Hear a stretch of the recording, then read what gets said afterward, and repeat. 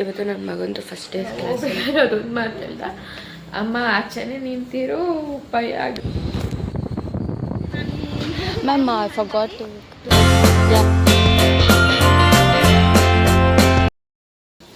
Hello everyone, good morning, welcome back to my Jakki vlogs. ಎಲ್ಲರೂ ಹೇಗಿದ್ದೀರಾ?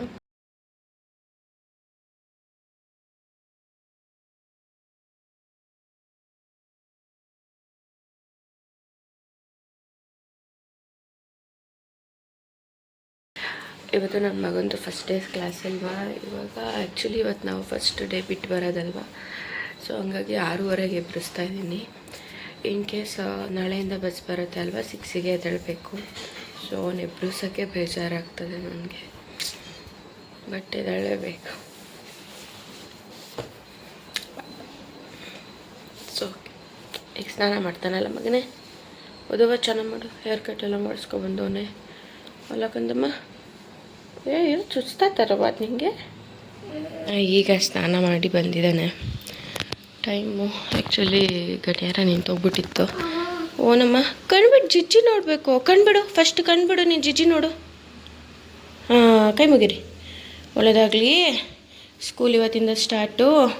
ಹೇಳು ಎಲ್ಲ ಜಿಜ್ಜಿ ಹೆಸ್ರು ಹೇಳು.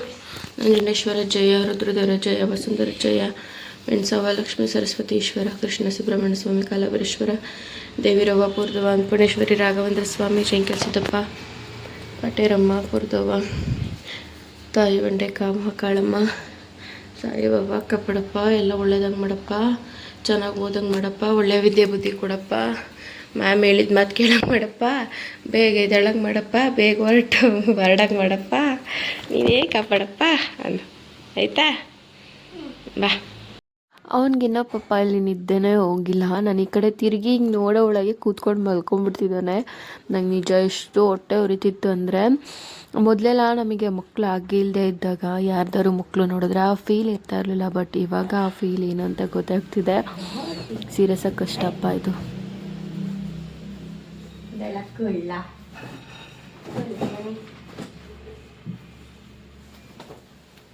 ಹೆಂಗಾಡೋದು?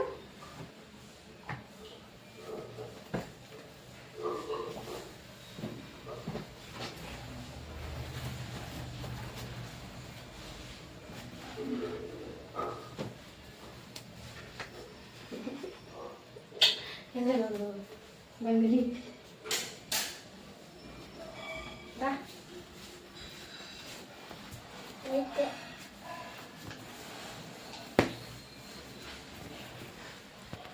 ಆಮೇಲೆ ಇನ್ನೊಂದು ಟ್ರಿಕ್ ಹೇಳ್ಕೊಡ್ತೀನಿ. ಯಾರಿಗಾದ್ರೂ ಮಕ್ಕಳು ಎದ್ದೇಳ್ತಿಲ್ಲ ಅಂದರೆ ನೈಟ್ ಅವ್ರಿಗೆ ತುಂಬ ಇಷ್ಟ ಆಗೋದು ಅಥವಾ ಏನಾದರೂ ಆಟ ಆಡೋದನ್ನ ಅವ್ರ ಪಕ್ಕದಲ್ಲಿಟ್ಟು ಇದನ್ನು ಬೆಳಗ್ಗೆ ಆಟ ಆಡೋಣ ಅಂತ ಹೇಳಿ, ಸೊ ಅವಾಗ ಪಟ್ ಅಂತ ಎದ್ದೇಳ್ತಾರೆ.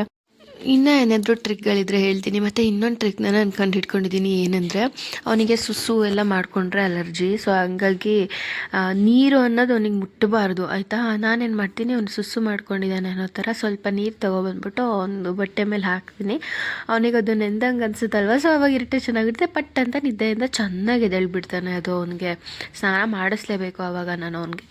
ಸೊ ಅದೊಂದು ಟ್ರಿಕ್ ಯೂಸ್ ಮಾಡಿ ಅವನನ್ನು ಬೇಗ ಎಬ್ಬರಿಸ್ತಾ ಇದ್ದೀನಿ. ಸೊ ನಿಮಗೆ ಯಾರಿಗಾದ್ರೂ ಈ ಥರ ಟ್ರಿಕ್ಗಳು ಗೊತ್ತಿದ್ದರೆ ನನಗೆ ಹೇಳಿ, ಯೂಸ್ ಮಾಡ್ಕೊತೀನಿ ನಾನು. ಆಮೇಲೆ ನಂದು ಈ ಟ್ರಿಕ್ನ ನೀವು ಫಾಲೋ ಮಾಡಿ ಯಾರಾದರೂ ಮಕ್ಳುಗಳನ್ನ ಬೇಗ ಎಬ್ಬರಿಸ್ತಾ ಇದ್ದರೆ. ಆಮೇಲೆ ರೆಡಿ ಮಾಡಿಕೊಂಡು ಬೇಗ ಟೈಮೇ ಇರಲಿಲ್ಲ, ಸೊ ಬೇಗ ರೆಡಿ ಮಾಡಿಕೊಂಡು ಸ್ಕೂಲ್ ಹತ್ರ ಹೋದ್ವು. ಅಲ್ಲಿಂದ ಹೊರಟ ತಕ್ಷಣವೇ ಗೇಟ್ ಹತ್ರನೇ, ಬ್ಯಾಕ್ ಗೇಟ್ ಹತ್ರ, ಫ್ರಂಟ್ ಗೇಟ್ ಬೇರೆ, ಬ್ಯಾಕ್ ಗೇಟ್ ಬೇರೆ ಇಲ್ಲಿ. ಸೊ ಅಲ್ಲಿ ಮಕ್ಳುಗಳನ್ನ ಒಳಗಡೆ ಕರ್ಕೊತಾ ಇರ್ತಾರೆ.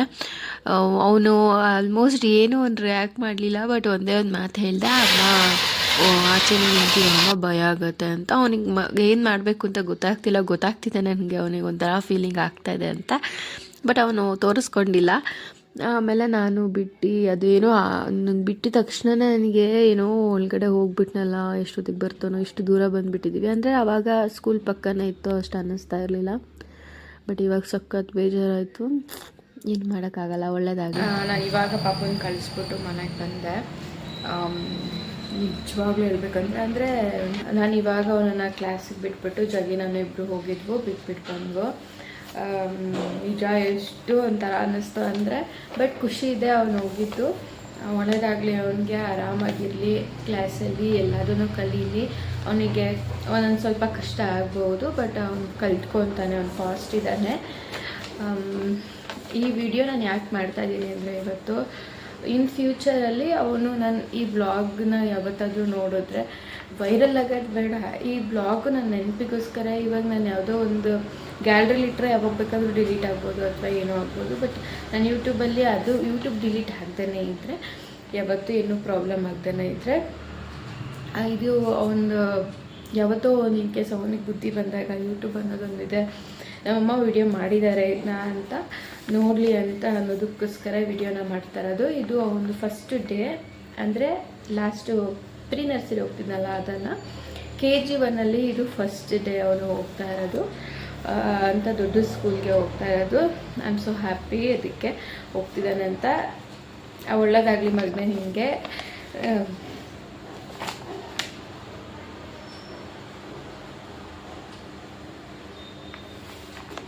ಸಾರಿ, ಅಳ್ಬಾರ್ದು, ಅಳ್ತಿಲ್ಲ, ಬಟ್ ಅದು ಖುಷಿಗೆ ಅನ್ನಿಸ್ತಾ ಇದೆ.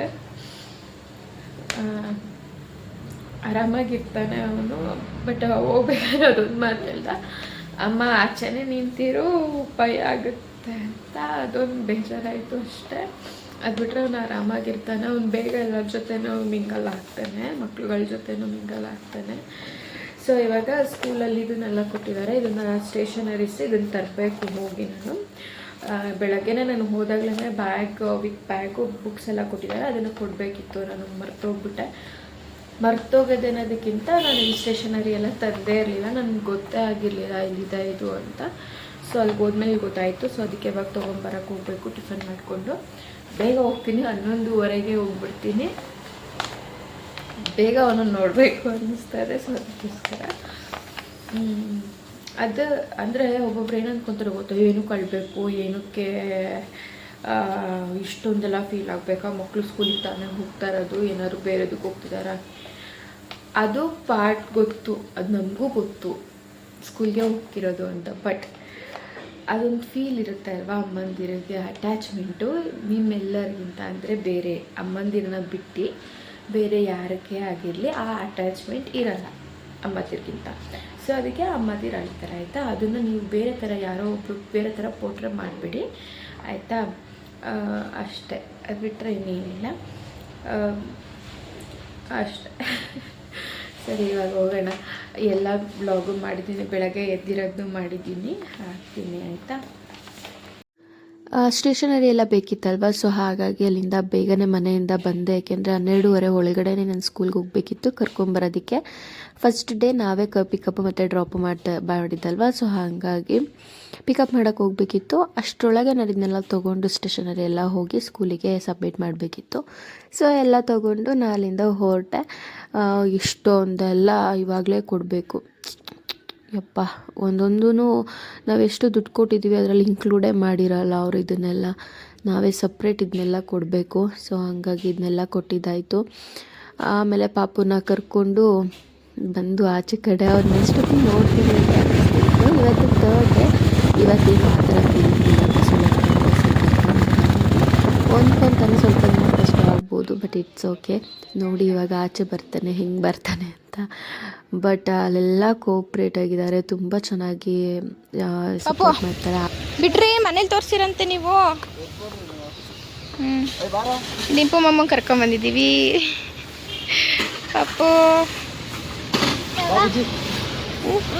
ಮೇ ಬಿ ಎಲ್ರಿಗೂ ಹಿಂಗೆ ಅನಿಸುತ್ತೆ, ಬಟ್ ಯಾರಿಗೆ ಅನಿಸಿಲ್ಲ ಗೊತ್ತಿಲ್ಲ. ನನಗೆ ಮಾತ್ರ ಅನಿಸಿದೆ, ಇವನು ಮನೇಲಿ ಇಲ್ಲ ಅಂದರೆ ನನ್ನ ಕೈಲಿ ಇರೋಕ್ಕೆ ಆಗಲ್ಲ ಅಂತ. ಸೊ ಮನೆಯಲ್ಲಿ ಮಕ್ಳುಗಳು ಇರಲೇಬೇಕು. ನಮ್ಮ ಅಪ್ಪಾಜಿ ಎಲ್ಲ ಅವಾಗ ಹೇಳೋರು, ಮನೇಲಿ ಮಕ್ಕಳಿಲ್ಲ ಅಂದರೆ ಆಗಲ್ಲಪ್ಪ ಅಂತ. ಅದೇ ಥರ ನನಗೂ ಅನ್ನಿಸ್ತು. ಅವ್ನು ಬಂದಮೇಲಂತೂ ಮನೆ ಫುಲ್ ಕಂಪ್ಲೀಟಾಗಿ ಸಖತ್ತಾಗಿ ಅನ್ನಿಸ್ತು ನನಗೆ. ಅವ್ನು ಬಂದಿದ್ದೆ ಒಂದು ಖುಷಿ ಅನ್ನಿಸ್ತು. ಎಲ್ರಿಗೂ ಈ ವಿಡಿಯೋ ಇಷ್ಟ ಆಯಿತು ಅಂದ್ಕೊತೀನಿ. ಬಾಯ್, ಐ ಲವ್ ಯು ಆಲ್. ನೆನ್ನೆ ಏನಂತಪ್ಪ ಲೀಲಾ ಮ್ಯಾಮು? ನೆನ್ನೆ ಮ್ಯಾಮ್ ಏನಂದ್ರು? ಓದೋದಿದ್ರೆ ತಡಿ ಅವನೇ ಹೇಳ್ತಾನೆ. ಹೇಳು ಏನಂದ್ರವ? ಹೇಳೋದು ಏನಂದ್ರು?